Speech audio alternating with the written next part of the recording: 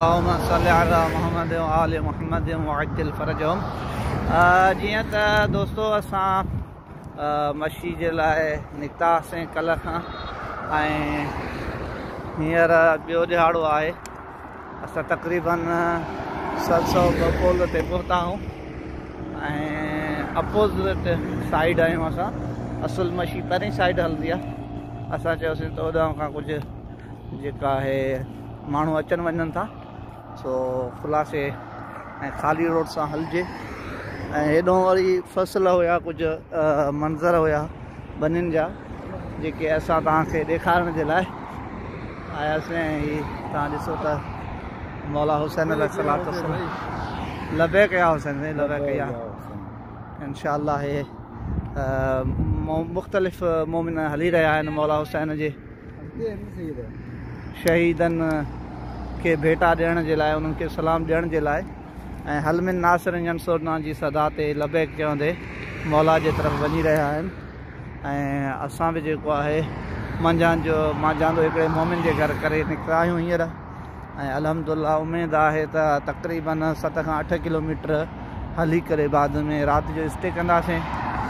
वरी सुबुह जो इंशाअल्लाह नमाज़ फजर पढ़ी करे रवाना थींदासीं ॿीहर करबला जे तरफ़।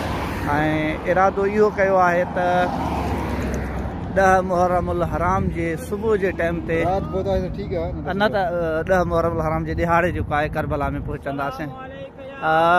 मुंहिंजे दोस्तनि अहबाबनि मां गॾु मुंहिंजा ख़ासि पहिरीं प्यारा दोस्त साईं मंठार अली करबलाई साहिबु जेके शिकारपुर मां आहिनि।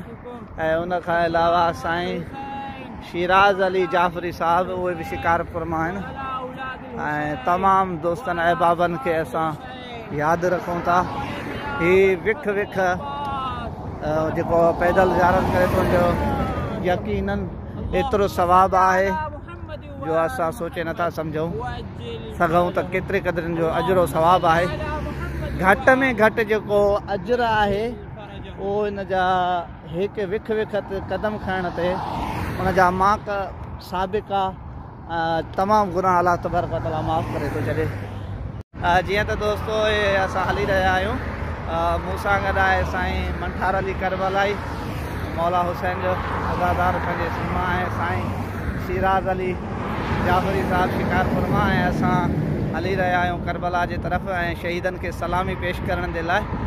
ऐं अलाह तबारक व तआला असां तव्हां सभिनी जो इबादतूं ख़िदमतूं क़बूल करे। ऐं असां विख ते तव्हांजे लाइ दुआ आहियूं मौला हुसैन अलैहिस्सलातु वस्सलाम जा मञण वारा। ऐं यकीनन जेके बि हिन साल न आहिनि पहुता मच्छी ते क्योंकि कोरोना जे करे वीज़ाऊं बंदि आहिनि, असां सभिनी जे नियाबत में मच्छी कयूं था ऐं दुआ आहियूं त इंशाअल्लाह इहो जल्द कोरोना जो ख़ात्मो थींदो ऐं दरवाज़ा खुलंदा ऐं तमामु मोमिनीन जेके बि आहिनि उहे जल्द जेको आहे मौला हुसैन अलैहिस्सलातु वस्सलाम जे हिन इश्क वारे सफ़र में शरीक थींदा। मौला तव्हां सभिनी खे सलामत रखे। हीअ कुझु मंज़र आहिनि, ॾिसो रोड रस्ता आहिनि, साम्हूं सिजु लहण वारो आहे। ऐं तक़रीबन असां 90 किलोमीटर जो जेको फ़ासिलो आहे उनजो अधु पंधु करे चुका आहियूं ऐं अञा अॻिते रवंदा आहियूं। अलाह तव्हां सभिनी खे सलामत रखे। अला मुहम्मद व आल मुहम्मद वअज्जिल फरजहुम। जीअं त असां हिते रस्ते में आहियूं ऐं सिजु लही वियो। तक़रीबन थोरी देरि खां बाद में मग़रिब आज़ान ईंदी इंशाअल्लाह। नमाज़ अदा कंदासीं कंहिं हुसैनिया में ऐं पोइ वरी अॻिते वधंदासीं।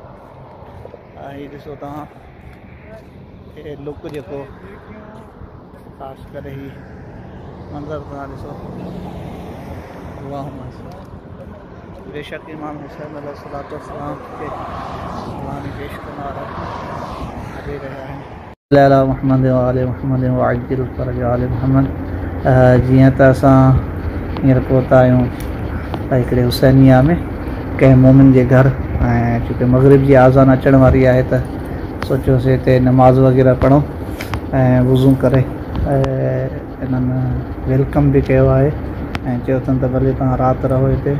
ऐं हीअ हुसैनिया आहे अधे आराम सां गॾु आहिनि। जे तव्हां ॾिसो AC वग़ैरह सिस्टम ॾिसो, कंहिं शान या कंहिं मिनिस्टर वग़ैरह जो ताक़ खां या हुनजी बैठक खां घटि कोन्हे जेको हिते मौलाना मोमिननि जे लाइ अज़ादारनि जे लाइ रखियो आहे, इहतमामु कयो आहे।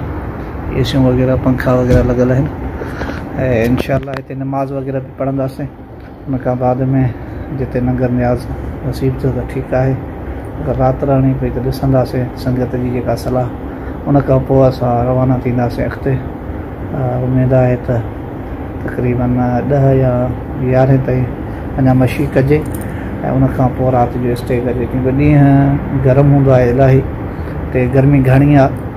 इन जे करे राति जो जेको सफ़रु आहे उहो बहितरु आहे, ॾींहं जो माण्हू नथो निकिरी सघे।